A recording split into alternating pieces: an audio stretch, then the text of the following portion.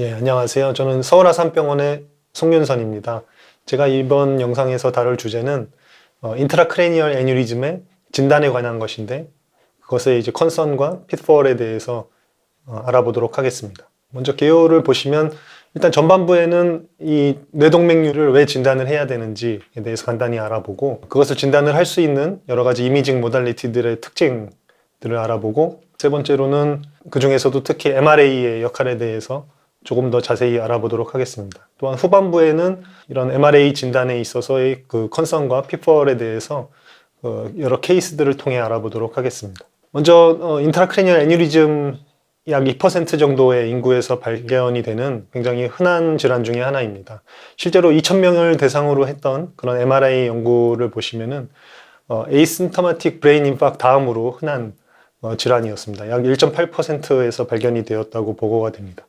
이러한 동맥류가 중요한 이유는 드물기는 하지만 이런 서브아라크노이드 헤모리지를 일으킬 수 있다는 점인데 이것은 굉장히 드물긴 하지만 한번 발생하면 굉장히 예후가 좋지 않기 때문에 매우 임상적으로 중요하다고 할 수 있겠습니다. 이런 동맥류를 진단하기 위해서는 여러 가지 이미징 모달리티들이 사용이 되는데 그 중에서 이제 첫 번째로 이제 가장 기본이 되는 카테터 안지오그라피가 있습니다. 일반적으로 TFCA라고 하거나 카테터 안지오그라피라고 부르는 것인데 이것은 이제 동맥류 진단의 골드 스탠다드로 알려져 있고 그렇지만 가격이 비싸고 침습적이라는 단점이 있습니다. 또한 이제 CT 같은 경우는 굉장히 빠른 이미지 어퀴지션이 가능하고 널리 사용이 돼서 쉽게 찍을 수 있다는 장점이 있고 이러한 특징 때문에 이제 굉장히 어큐트한 세팅에서도 환자를 이제 진단하기에 좋은 툴입니다.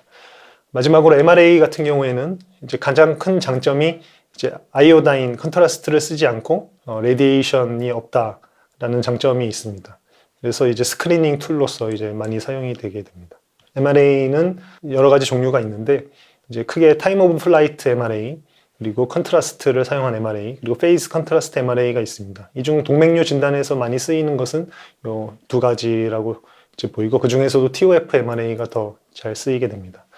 그래서 애뉴리즘을 진단을 하는 상황에는 여러 가지가 있는데 먼저 이제 언럽처드 애뉴리즘에 대한 스크리닝 그리고 이제 헤머리지로 온 환자들한테 있어서 이제 동맥류를 진단하는 상황 그리고 또한 애뉴리즘을 치료하기 위해서 이제 프로시저나 이제 서저리 하기 전에 이밸류에이션 단계에서 사용을 하게 되겠고 또 한 가지는 이제 치료를 하고 나서 코일이나 클립 치료를 하고 나서 팔로우업 모델리티로 이제 사용을 합니다. 이 중에서 MRA가 유용한 부분은 이제 스크리닝과 이제 코일 후에 이제 팔로우업하는 이제 상황이고 이 두 가지에 대해서 조금 더 자세히 알아보겠습니다.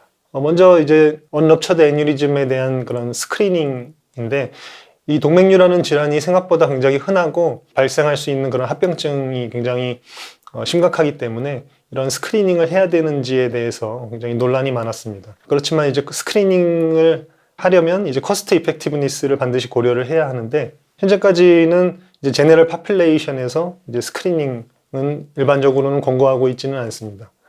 하지만 이제 패밀리얼 인트라크레니얼 애뉴리즘이라든지 애뉴리즘이 잘 생길 수 있는 특정 유전 질환들 그리고 이제 과거력이 있는 환자들 이런 환자들은 이제 하이 리스크로 분류가 돼서 이런 스크리닝을 고려를 할 수도 있다고 되어 있습니다. 이런 스크리닝을 할 때 이제 어떤 이미징 모달리티로 할 것이냐에 대한 것인데 이제 MRA와 CT의 이제 센시티비티를 비교한 논문들을 이제 종합한 것입니다.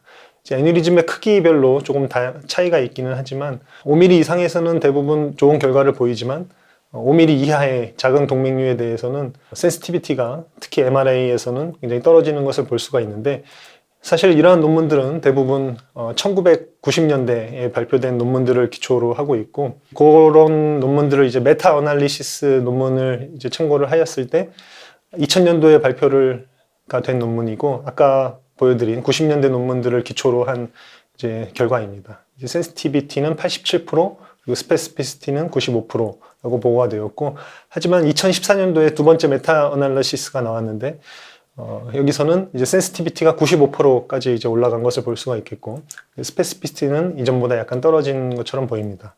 시간이 지남에 따라서 이런 센시티비티라든지 이런 다이그노스틱 밸류가 굉장히 증가한 것을 볼 수 있는데 이것의 가장 큰 원인은 이제 기기의 발전과 함께 이제 여러 이미징 테크닉들의 발달에 있다고 생각이 됩니다. 특히 1.5 테슬라에 비해서 3 테슬라가 갖는 이점은 이런 시그널 투 노이즈 레이쇼가 높다는 점과 스파셜 레졸루션이라든지 어퀴지션 타임 그리고 커버리지 등에서 이제 이점이 있다는 점, 그리고 백그라운드 서프레이션이 더 좋다는 점, 이런 것들이 장점이 되겠고, 일부 서셉터빌리티 아티팩트가 조금 더 많다는 제한점이 있기는 하지만 진단에 있어서 크게 문제는 없는 것으로 보입니다. 한 환자의 그런 이미지를 보시면 2001년도에 시행했던 그런 1.5 테슬라로 시행했던 MRA이고, 오른쪽은 최근에 3T로 실행한 이미지입니다. 확연히 보아도 뇌 혈관이 굉장히 디스탈 얇은 쪽까지 잘 보이는 것을 알 수가 있겠고, 그리고 백그라운드에 그런 노이즈 같은 것들이 훨씬 적은 것을 알 수가 있습니다. 그리고 이제 이런 3T MRA를 이용해서 이제 CTA와 비교를 한 논문들인데, CTA와 비교해서 크게 다이그노스틱 어큐러시가 떨어지지 않는다라는 결과들이었고, 특히 이제 세 가지 논문에서 이제 CTA와 MRA를 직접적으로 비교한 논문들이 있는데, 여기서도 이제 센시티비티는 이제 큰 차이가 없고, 단 스페시피시티는 조금 떨어진다라고 이제 보고가 되어 있습니다. 결론적으로 말하자면 이제 애뉴리즘 스크리닝에 있어서 이제 MRA는 레디에이션과 아이오다인 컨트라스트가 없다는 그런 굉장한 장점이 있기 때문에 CTA 같은 툴과 이제 어느 정도 센시티비티만 컴페어럽을 하다면 굉장히 아이디어한 그런 모달리티로 생각이 되고, MRA가 이제 가장 좋은 초이스라고 보통 일반적으로 생각을 하고 있습니다. 간단하게 이제 TOF와 컨트라스트 MRA의 차이를 알아보면, 이제 TOF의 큰 장점이라고 한 부분은 이제 레졸루션이 좋다는 점과, 이 두 번째 것은 이제 장점도 될 수 있고 단점도 될 수가 있는데, 이제 플로우 디렉션 인포메이션이 있다는 점입니다. 그리고 컨트라스트를 쓰지 않아도 된다는 점, 이게 있겠고, 컨트라스트 인핸스 MRA는 반면 시그널 투 노이즈 그런 레이쇼가 높다는 점, 그리고 스캔 타임이 굉장히 짧다는 점, 그리고 TOF에서 보일 수 있는 여러 아티팩트들이 보이지 않는다는 장점이 있습니다. 예를 들어보자면 TOF MRA로 찍은 이미지이고, 레프트 MCA 쪽으로 애뉴리즘이 있습니다. 하나는 약간 크고 하나는 좀 작습니다. 그리고 여기서 이제 잘 보셔야 될 점은 이제 이 애뉴리즘의 그런 시그널이 굉장히 낮아 보이는데, 이런 것들은 그런 인플레인 세츄레이션에 의한 시그널 감소를 잘 보여주는 예고, 요 버테브랄 아터리 같은 경우에도 여기 일부 세그먼트가 잘 보이지 않는 것을 알 수가 있습니다. 이것을 컨트라스트 인핸스 이미지와 비교를 해보시면 차이가 확연한데, 이 애뉴리즘 같은 경우에는 이제 시그널이 훨씬 더 이제 좋은 것을 알 수가 있겠고요. 하지만 이 작은 애뉴리즘 같은 경우에는 컨트라스트 인핸스드 MRA의 그런 상대적으로 떨어지는 스파셜 레졸루션 때문에 잘 보이지 않는 것을 알 수가 있습니다.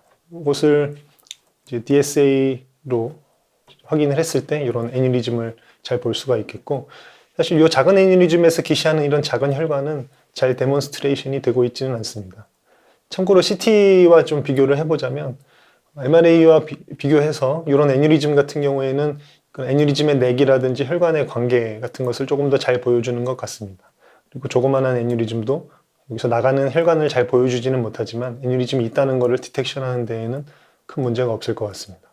또 한 가지 이제 MRA가 유용한 점이 이제 코일 후에 이제 팔로우업 모델리티로서의 역할입니다. 애뉴리즘을 치료하고 나서 리커런스는 최대 20%까지도 보고가 되고 있고, 잘 치료가 됐다고 하더라도 아주 드물긴 하지만 이런 블리딩이 생기는 경우들이 있습니다. 또한 그리고 애뉴리즘이 있는 환자들은 이제 다른 애뉴리즘이 또 발생할 확률이 높다고 보고가 되어 있어서 이런 이미징 팔로우업은 굉장히 중요하다고 할 수가 있겠고, 이런 이제 상황에서 여러 가지 이미징 모델리티의 그런 장단점을 잘 분석해 놓은 표가 되겠고, DSA가 모든 면에서 이제 가장 우월하다고 나오고, 이제 코일 하고 나서 팔로우업에는 이제 컨트라스트 인핸스 MRA나 TOF MRA 모두 다 유용하다고 나옵니다.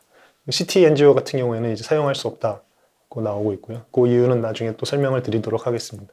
그리고 스텐트나 이제 플로우 다이버터 같은 경우에는 아무래도 MRA의 시그널이 죽기 때문에 아주 정확한 판단은 안 되지만 그래도 유용하다고 되어 있습니다. 한 가지 예를 보시면 이제 럽처드 애뉴리즘으로 이제 코일 엠볼리제이션을 시행받았던 환자였고, 약 16개월 후 촬영한 TOF MRA입니다.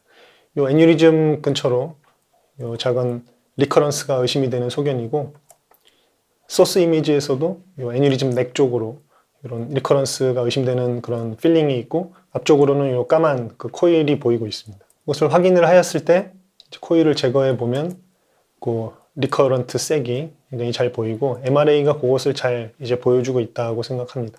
참고로 이제 CT를 만일에 찍게 되면은 이런 상황에서 요 코일에 의한 빔 하드닝 아티팩트로 인해서 요 주변의 구조물들을 전혀 파악할 수가 없기 때문에 이런 상황에서는 CTA가 쓰이지는 않습니다. 또 한 가지 케이스이고 에이컴 애뉴리즘이고 블랩을 동반한 애뉴리즘의 코일 엠볼리제이션과 요 스텐트까지 했던 케이스입니다. 스텐트를 이제 오른쪽부터 해서 이제 반대쪽 AC로 이제 넣어 놓은 것인데 이런 상황에서도 역시 MRA 팔로우업을 하게 되면 이제 4개월 팔로우업인데 약간 애뉴리즘에 그 리지듀얼 필링 같은 것이 남아 있고 스텐트를 이제 해서 그 스텐트 마커가 있는 부위에 시그널이 좀 죽어 보이기는 하지만 그래도 잘 관찰은 되고 있습니다. 24개월째 리커런스로 생각이 되는 그런 필링이 더 늘어났고 DSA로 이제 확인을 했을 때 그 마찬가지의 그 필링들이 확인이 됩니다. 애뉴리즘의 뒷부분에 이렇게 차고 있는 색에 대해서 추가적인 코일을 하였고 이후 시행한 MRA에서 이제 이전에 보이던 그 레지듀얼 필링은 잘 보이지 않는 것을 확인하고 있습니다. 또 다른 케이스이고 이건 클립과 코일을 같이 했던 환자의 케이스인데 이런 경우에는 MRI를 찍게 되면 이 클립에 의한 아티팩트로 인해서 주변의 구조물들이 전부 다 안 보이는 현상이 있습니다. 약간 초기 그런 클립이라서 그런지 굉장히 아티팩트가 심한 모습을 보여주고 있고 이런 경우에는 오히려 CT가 조금 더 유용할 수도 있겠습니다. 하지만 이제 역시 아까 보셨던 바와 같이 CT 같은 경우에는 함께 했던 코일의 그 아주 작은 리지듀얼 넥을 잘 보여주지는 못합니다. 또 다른 케이스이고 54세 남자 시비어 헤드액으로 내원했던 환자고 요 라이트 파이카 쪽으로 애브노멀 시그널이 보이고 있는데 정확히 뭔지 잘 분간은 되고 있지는 않습니다. 같은 환자에서 이제 컨트라스트 인핸스 MRA를 이제 시행을 하였을 때 확인하기에 이제 다르게 굉장히 애뉴리즘을 잘 데몬스트레이션 하고 있는 것을 볼 수가 있겠고 이걸 DSA로 찍어봤을 때 이제 다이섹팅 애뉴리즘이라는 것을 알 수가 있고 이것이 이제 컨트라스트가 차는 과정이 굉장히 좀 느리고 위에서부터 아래로 차기 때문에 TOF에서는 그런 터뷸런트 플로우, 슬로우 플로우 등을 잘 이제 보여주고 있지 못하는 것을 확인할 수가 있겠고 그런 상황에서는 컨트라스트 인핸스드 MRA가 굉장히 유용하다는 것을 알 수가 있습니다. 플로우 다이버터 치료를 하고 이제 팔로우업인데 팔로우업에서 역시 TOF에서는 이제 레지듀얼 색이 보이고 있지 않지만 컨트라스트 인핸스를 이제 시행을 하였을 때는 이런 스몰 레지듀얼 색이 보이고 역시 DSA에서도 같은 것을 이제 확인을 할 수 있겠습니다. 역시 컨트라스트 인핸스 MRA가 더 유용할 때가 있다는 것을 잘 보여주는 케이스입니다. 앞으로는 이제 MRA에서 동맥류를 진단을 할 때 좀 주의해야 될 점을 케이스로 이제 알아보도록 하겠습니다. 먼저 가장 어려움을 이제 호소하는 부분이 이제 애뉴리즘과 이제 인펀디뷸럼이 이제 헷갈리는 문제인데 안테리어 코로이드 아터리 오리진에 작은 아웃포칭 리전이 있고 작은 혈관이 기시하는 것을 볼 수가 있습니다. 또한 피콤 오리진에도 마찬가지의 소견이고 이것을 DSA로 확인을 했을 때 사실은 둘 다 정셔널 딜라테이션입니다. 그렇지만 크기가 작아서 이제 정확하게 위에 안테리어 코로이드 아터리 같은 경우에는 페어런트 아터리 자체는 보이지만 정확하게 거기에 돔에서 기시하는지 넥에서 기시하는지를 정확히 판단하기 어려웠던 케이스였고 피콤 같은 경우에는 크기가 훨씬 더 작았기 때문에 이것이 애뉴리즘인지 정셔널 딜라테이션인지 아예 구분이 되지 않았던 그런 케이스입니다. 또 다른 케이스이고 마찬가지입니다. 피콤과 안테리어 코로이드 아터리 애뉴리즘이었고 이거는 소스 이미지를 바탕으로 이제 새로 리컨을 한 것인데 안테리어 코로이드 아터리 쪽은 조금 더 애뉴리즘처럼 보이고 피콤은 뭐 기시하는 혈관이 관찰이 되지 않았습니다. DSA를 시행을 하였을 때 둘 다 애뉴리즘이라는 것을 확인을 할 수가 있었고 그래서 이런 어려운 점을 이제 비교적 최근 논문에서 이제 다루고 있는데 5mm 이하의 그런 동맥류에 대해서 MRA의 false positive rate가 43%에 달한다는 내용을 이제 보고를 하였고 특히나 이런 ICA의 communicating segment에 발생한 굉장히 작은 병변들에 대해서 두 개를 이제 구분을 하는 것이 굉장히 어렵다고 이제 얘기를 하고 있습니다. 이건 다른 케이스인데 이제 에이콤의 애뉴리즘이 의심이 되어서 이제 DSA를 시행을 했고 하지만 애뉴리즘은 보이지 않았습니다. 이제 에이콤이 약간 옆으로 돌아가면서 애뉴리즘을 미믹했던 케이스였습니다. 또 다른 케이스이고 MCA에 이제 애뉴리즘이 의심이 되어서 DSA를 시행을 했던 케이스이고 애뉴리즘처럼 보이는 구조물이 있지만 사실 이제 베스럴 이미지에서 확인을 해보면 사실 M1 세그먼트가 막히면서 거기 남아있는 그런 스탬프가 애뉴리즘을 미믹했던 케이스입니다. 이런 경우는 이제 사실 M1 자체가 막혀있기 때문에 아마도 이게 바스큘라 스텀프라는 거를 금방 알 수가 있었지만 굉장히 이제 뭐 작은 혈관이 막혀서 이제 이런 것이 발생을 한 경우에는 애뉴리즘과 구분하기가 정말 어려울 때가 있습니다. 또 다른 케이스이고 디스탈 ACA 쪽으로 이제 어브노멀한 그런 시그널이 관찰이 되고 컨트라스트 이넨스를 했을 때에도 관찰이 되고는 있지만 정확히 애뉴리즘인지 분별은 잘 안 되는 상황입니다. 요 TOF MRA를 바탕으로 이제 리컨을 조금 해봤을 때 그냥 애뉴리즘이라고 보기에는 조금 더 굉장히 뭔가 톨철스해 보이는 혈관이 뭉쳐 있는 것처럼 보이는 부분이고 DSA로 확인했을 때 이것은 이제 세그먼탈하게 디스플라스틱 체인지가 있는 것을 확인을 할 수가 있습니다. 다음 케이스 이제 에이콤 애뉴리즘이 의심되었던 케이스이고 마찬가지로 이제 리컨스트럭션을 조금 더 해보았을 때 애뉴리즘이라고 보기에는 조금 이상한 부분이 이제 있어서 DSA로 확인했을 때 이것은 페네스트레이션으로 이제 결론이 난 케이스였고 이런 경우는 라이트 M1의 애뉴리즘처럼 보이는 구조물이 있고 DSA를 했을 때 그 부분에서의 작은 코르티컬 아터리들이 두 개가 동시에 같은 부위에서 기시를 하면서 굉장히 이제 기시부가 프로미넌트해 보여서 애뉴리즘을 미믹했던 케이스입니다. 이것은 TOF 이미지가 되겠고 P3, 4 넘어가는 부분에 하이 시그널 인텐시티가 있습니다. 좀 페인트하게 보이고 있는데 소스 이미지에서 잘 보시면 이런 하이 시그널 인텐시티의 아래쪽으로 이런 검은 그런 림 같은 것이 보이고 있는데 이것은 특징적인 라이포마의 소견이라고 생각이 됩니다. 역시 DSA로 확인해 봤을 때 특별한 바스큘라 리전은 없는 상황이었습니다. 마찬가지의 병변, 미드브레인 뒤쪽으로 이런 하이 시그널 인텐시티의 병변이 있고 마찬가지의 그런 검은 림이 관찰이 되어서 라이포마로 생각을 했던 케이스고 마침 T1 그 하이 시그널 인텐시티를 잘 관찰을 할 수가 있어서 따로 DSA는 시행하지 않았습니다. 다음 케이스는 양측 버테브럴 아터리 사이에 앞쪽에 위치한 병변인데 아까 병변과는 다르게 굉장히 높은 시그널 인텐시티를 보이고 있고 딱히 다크 시그널 인텐시티 림이라든지 그런 것도 확인이 되고 있지는 않습니다. 이건 T1 이미지에서 하이 시그널 인텐시티를 보이고 컨트라스트 이넨스를 했을 때 여전히 하얗게 보이고 이제 특이할 만한 점은 이제 패셋을 했음에도 불구하고 이제 시그널이 떨어지지 않는다. 따라서 라이포마는 아닌 것으로 이제 생각을 하였고 이것에 대해서는 DSA로 확인을 하였지만 특별한 병변은 없었습니다. 따라서 저희는 결론을 내리기를 이제 뉴렌테릭 시스트 같은 비나인 시스트이고 굉장히 안쪽에 하이 시그널 인텐시티를 동반한 그런 시스틱 리전으로 결론을 내렸습니다. 이거는 TOF MRA이고 세레벨럼 쪽으로 이런 애브노멀한 시그널이 있었고 소스 이미지를 보았을 때도 정확히 무엇인지 잘 구분이 되지 않았는데 이런 상황에서 컨트라스트 이넨스를 하였을 때 애뉴리즘이 잘 관찰이 되고 있고 DSA를 하였을 때 이 애뉴리즘으로부터 드레이닝 베인이 나가서 이제 사이너스로 들어가는 것이 보이는데 이것은 이제 AVM과 연관되어서 발생한 비너스 애뉴리즘이라고 생각이 됩니다.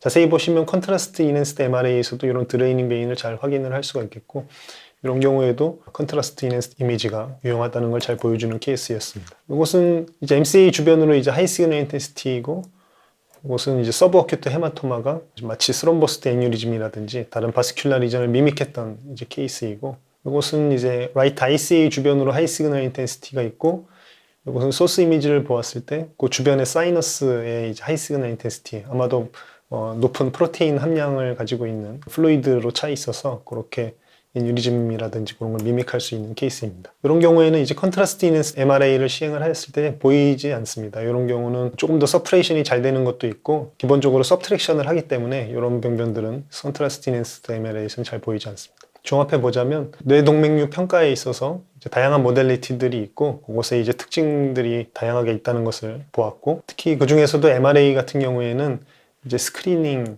유용하고 이제 코일 팔로우업에 유용하다는 것을 알 수가 있었고 또 여러 케이스들을 통해 MRA에서 애뉴리즘을 미믹할 수 있는 여러 병변들이 있고 그것을 유의해야 된다는 것을 알 수 있었고 또 마지막으로는 이제 소스 이미지와 그 3D 리컨스트럭션 함으로써 이제 많은 경우에 있어서 그런 위양성 병변들을 이제 감별할 수 있다는 것을 알고 이제 유용성을 잘 설명이 되었습니다. 이상입니다. 감사합니다. 굉장히 어려운 문제일 수가 있는데 물론 굉장히 작은 그 MRA에서도 정확하게 이제 동맥류라고 확신할 수 없는 굉장히 작은 병변들에 있어서 특히나 이제 뭐 아까 살펴보았던 인퍼디빌럼인지 애뉴리즘인지 헷갈리는 그런 문제들 모르겠습니다. 저 같은 경우에는 뭐 TFC로 확인하는 것이 이제 가장 정확한 방법이기는 하겠지만 아무래도 뭐 침수적이라는 그런 이유도 있고 환자도 이제 불편하고 이런 부분들이 있기 때문에 한 가지 방법은 이제 팔로우업 해보는 방법이 있겠고요. 또 한 가지는 모델리티를 조금 바꿔서 예를 들어서 MRA로 진단이 되었던 거라고 하면은 CT를 찍어보는 것도 도움이 될 때가 있는 것 같습니다. 그렇지만 뭐 워낙 작은 동맥류가 의심되는 부분 같은 경우에는 뭐 어떤 모델리티를 써도 애매한 거는 사실 마찬가지인 것 같기는 합니다.